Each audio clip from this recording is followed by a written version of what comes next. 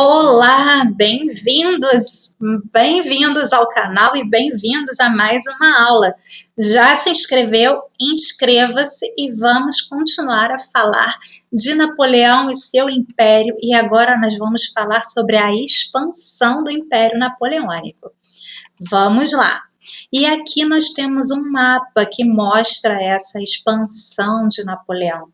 Lembra que eu falei que ele estava super inspirado, né, pelas ideias de Júlio César, pelas ideias do Império Romano, do Império Carolíngio? Então ele vai reproduzir mais ou menos o que aconteceu no Império Romano. Ele só não vai conseguir a ilha da Inglaterra, a Grã-Bretanha, porque nós vamos ver já já. Então Napoleão, ele vai aumentar os domínios da França, tudo que está aqui em verde, inclusive pintado de bolinha ou com listrinha, faz parte das conquistas de Napoleão, da expansão de Napoleão pelo continente. Ele só não consegue o Império Austro-Húngaro, a Rússia e Portugal e a Inglaterra. De resto, tudo, a Noruega, Suécia e Dinamarca também ele não consegue. Mas de resto, ó, tudo passa a fazer parte desse império napoleônico, ok? Bom, agora vamos falar da Inglaterra. Por que a Inglaterra não conseguiu ser conquistada? Porque a Inglaterra, gente, ela é uma ilha, né? E nós sabemos que a Inglaterra tem a melhor marinha desde Elizabeth I, desde o século XVI, é a marinha mais poderosa dos oceanos, é a inglesa. Napoleão tinha um exército maravilhoso, ele era do exército, ele era um general muito inteligente, muito eficaz, né? Tinha um discurso oficial maravilhoso para suas tropas, de que os franceses estavam expandindo, conquistando outros povos para libertá-los, né, do absolutismo, do domínio do clero, da nobreza, né, e espalhar os ideais liberais da Revolução, que fazia com que todo o exército estivesse junto ao seu lado, que não fosse um número mínimo de deserções no seu exército. Napoleão também ele tinha uma tática de surpreender seus adversários no campo de batalha, de sua máquina de guerra ser muito rápida, dele chegar muito rápido no campo de batalha, surpreender todo mundo, usar de várias artimanhas para deixar os outros exércitos confusos, mas ele não tinha uma marinha, gente, não. A marinha dele era fraca. Não tinha como competir com a marinha inglesa, né? Afinal de contas, a Inglaterra é uma ilha, ela tem a obrigação de ter a melhor marinha. Fato. Então, os ingleses não conseguiam, Napoleão não conseguia chegar até a Inglaterra. Era tragédia em cima de tragédia, né? E depois de perder uma batalha naval muito famosa, em 1805, ele, em 1806, vai decretar o bloqueio continental. O que é isso, professora? Bom, Napoleão pensando, se eu não consigo vencer a Inglaterra, eu vou vencer a Inglaterra naquilo que dói mais para ela, que é o bolso. Eu vou falir com a Inglaterra. Minha vingança será maligna. Napoleão não era bobo, não. Então a Inglaterra já tinha feito a Revolução Industrial, né? E a base da economia dela era o quê? A indústria, era a exportação. Ela vendia seus produtos no mundo todo e a Europa era grande consumidora dos seus produtos. Então a Inglaterra precisava demais da sua marinha de guerra, mas também da sua marinha mercante. E quando Napoleão, que era dono de praticamente todo o continente europeu, resolve fechar o continente dos navios ingleses, ao comércio inglês, a Inglaterra fica muito revoltada. Aí acaba o Tratado de Paz. A Inglaterra rasga esse Tratado de Paz, porque aí agora mexeu no meu bolso, mexeu no meu dinheiro, mexeu na minha economia, a Inglaterra não aceita isso não. Não aceita. E aí os ingleses vão começar a tentar lutar e a burlar, e agora é sério, agora eles querem parar Napoleão. Antes, deixa Napoleão dominar o continente, Não estamos pensando nisso, isso não é um problema nosso, nós estamos numa ilha, deixa pra lá. Aí mexeu no meu bolso. Hum, Aí os ingleses vão ficar revoltadíssimos e irados. Então, essa medida de bloqueio continental favoreceu muito a indústria francesa, que passou ou tentou fazer com que seus produtos fossem vendidos em todo o continente, né, para substituir os produtos ingleses.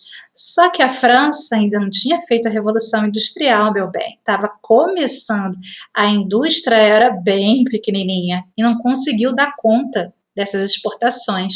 E com isso, muitos países desses que já tinham sido dominados por Napoleão ou que não tinham sido dominados ainda, mas que se aceitassem um naviozinho inglês no seu porto, seria dominado, eles vão acabar cedendo à Inglaterra e vão chamar os ingleses, meus amigos, de volta, porque a gente precisa dos seus tecidos, a gente precisa das suas roupas, a gente precisa dos seus sapatos.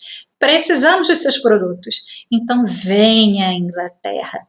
E aí, gente, isso aí, em 1807, em 1808, vai dar um babado danado, né?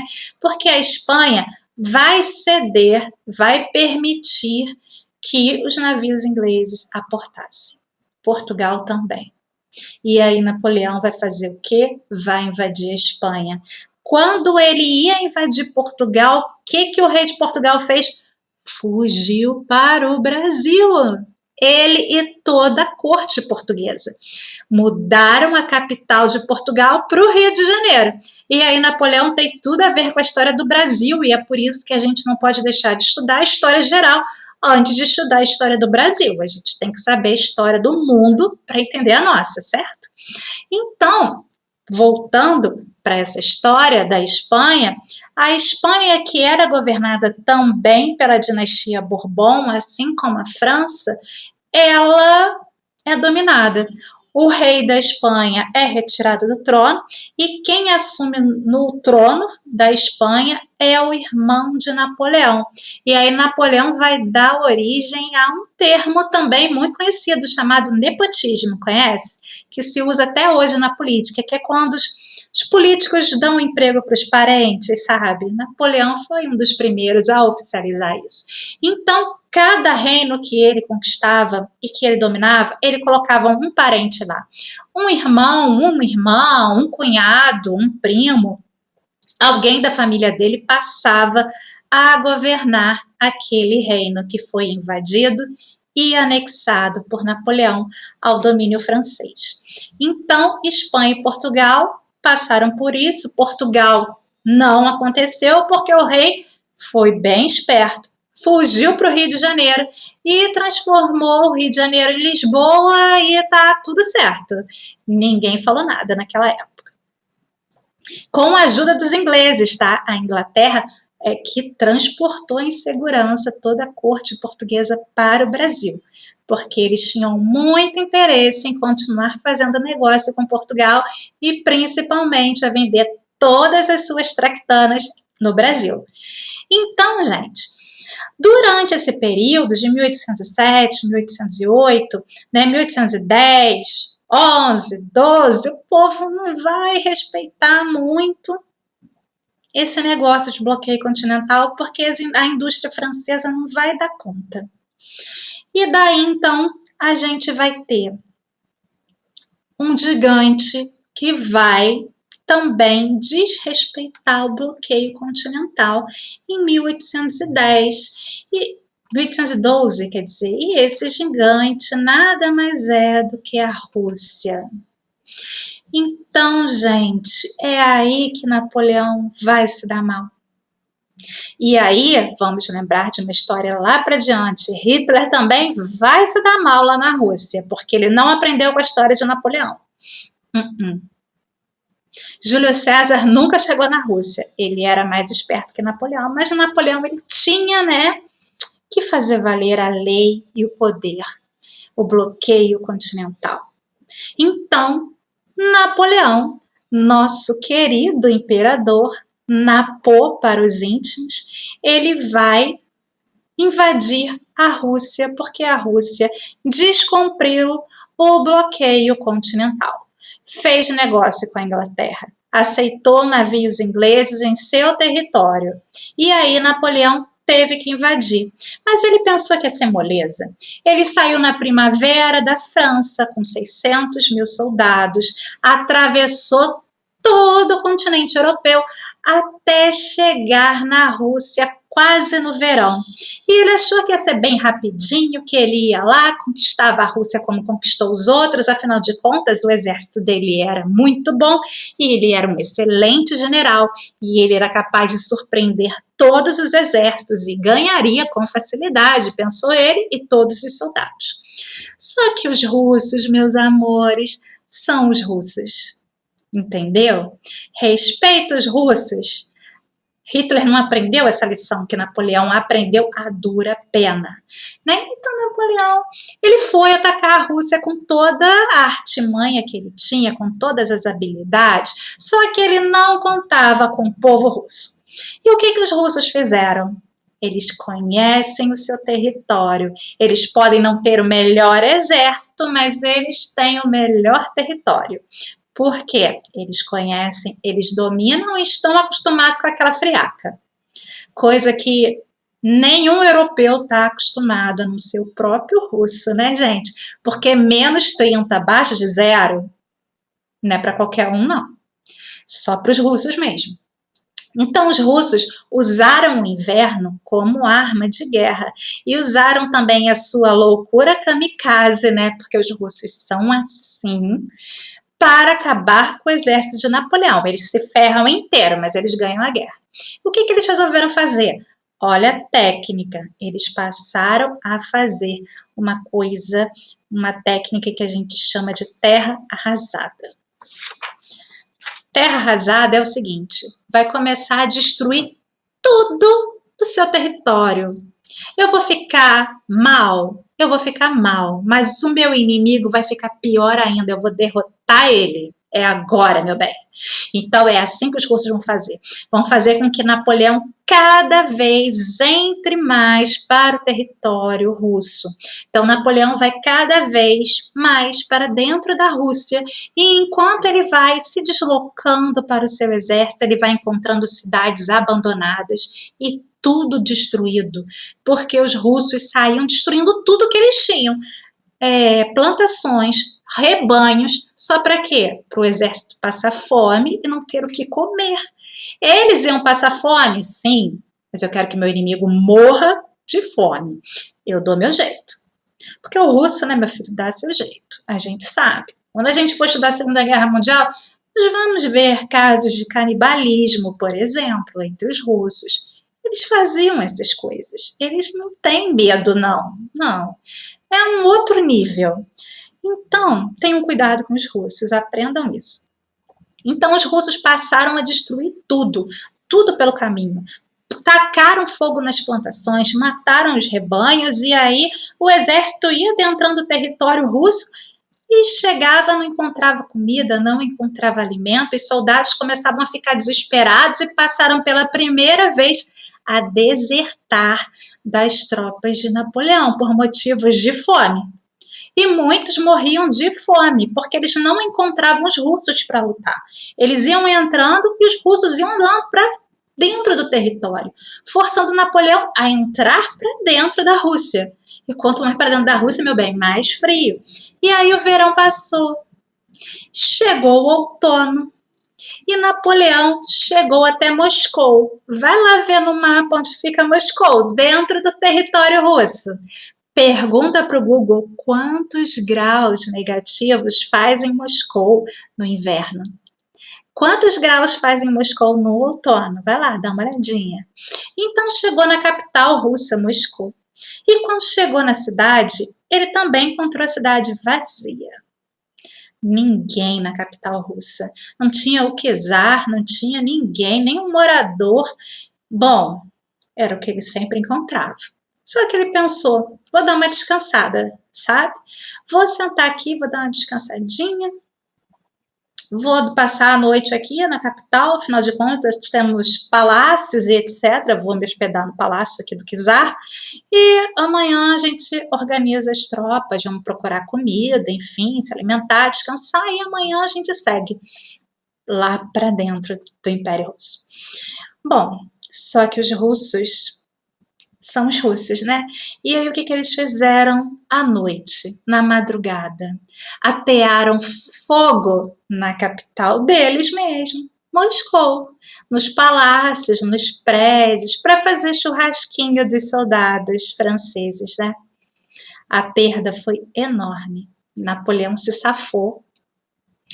E aí ele resolve bater em retirada. E aqui a gente tem uma pintura mostrando, olha, Napoleão e Moscou pegando fogo. Em todas as outras pinturas de Napoleão a gente mostra ele imponente, e aqui ele tá meio arrasado, né, gente? Então, porque aqui, a partir dessa invasão à Rússia, é que Napoleão começa a perder a guerra. Então, dos 600 mil soldados, ele volta para a França com 30 mil, porque é só em dezembro que ele consegue sair da Rússia. E aí, olha, o general Inverno, que os russos adoram usar e vão usar com Hitler na Segunda Guerra Mundial também, vai acabar de vez com o resto do exército. Então, aqueles que desertaram por fome, aqueles que morreram de fome, aqueles que morreram queimados, vão juntar aqueles que vão morrer congelados, lembrando que eles saíram para uma guerra que ia acabar no verão, né? Então não tinha ninguém com roupa para aguentar esse frio. E aí, meu bem, com 30 abaixo de zero, Napoleão ele chega na Prússia com 30 mil homens. Só isso, de 600 mil, 30 mil. Menos de 10% do seu exército, e isso vai acabar de vez com a moral de Napoleão. Porque Napoleão não vai conseguir mais montar um exército tão numeroso porque ele perdeu homens, pacas. E ele não vai conseguir recuperar as armas que ele também perdeu. Ele não vai conseguir mais formar um grande exército, fora que os franceses passaram a não gostar muito dele por conta disso, porque afinal de contas, quantos filhos franceses morreram na Rússia? Por conta da imperícia de Napoleão e imprudência de Napoleão. Então, gente, Napoleão aí nesse momento ele começa a perder o apoio que ele tinha na França, ele começa a perder o seu poder bélico e nesse momento os seus inimigos vão se reunir numa coalizão militar para derrotar Napoleão. E quem são esses inimigos? Inglaterra, Rússia, Prússia e Áustria. E depois a Suécia também, é um grupo de 5, tá? E depois aí a Espanha entra também, vão ser 6. Eu não coloquei aqui no slide, mas você faz a sua anotação. Então, gente, esse grupo vai se organizar para lutar com Napoleão. Inclusive, o exército da Espanha, junto com os ingleses, nessa coalizão, vão invadir a França em 1814. Em 1814, eles chegam também a Paris, uma questão de meses. E Napoleão vai lutar numa batalha onde ele vai perder para o exército aliado, essa coligação, e ele vai ser exilado na ilha de Elba, no Mediterrâneo, perto da Itália. E esse vai ser o grande erro dos seus inimigos, porque eles sabem que Napoleão é poderoso, mas não contavam com o que ele seria capaz de fazer, e eu acho que ninguém na história jamais fez isso, e a gente vai ver na nossa próxima aula. Um beijinho e até lá, me segue!